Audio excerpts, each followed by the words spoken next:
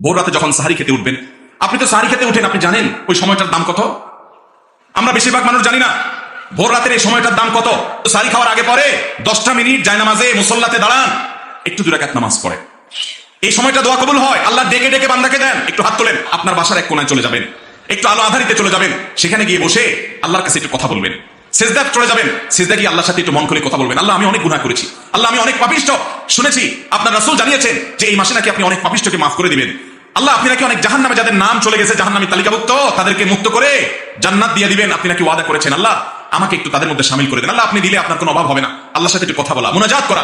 ঘরের এক কোণায় চলে যাবেন, সাহারিটা আগে আগে খেয়ে শেষ করবেন, আজানের এখনো 15 মিনিট বাকি, চলে যান এক কোণায়, উযু করে দাঁড়ায় যান 2 রাকাত নামাজে, চলে যান সিজদা, একটু দোয়া করেন। নিরিবিলি জায়গা যদি বাসায় না থাকে, ছাদে চলে যান, মসজিদে আগে চলে যান, এক কোণায় চলে যান। এই সময়ের 10টা মিনিট অন্য সময়ের ঘন্টাকে ঘন্টার চাইতে মূল্যবান। চেষ্টা করবো তো ইনশাআল্লাহ। ভাইরা আমার,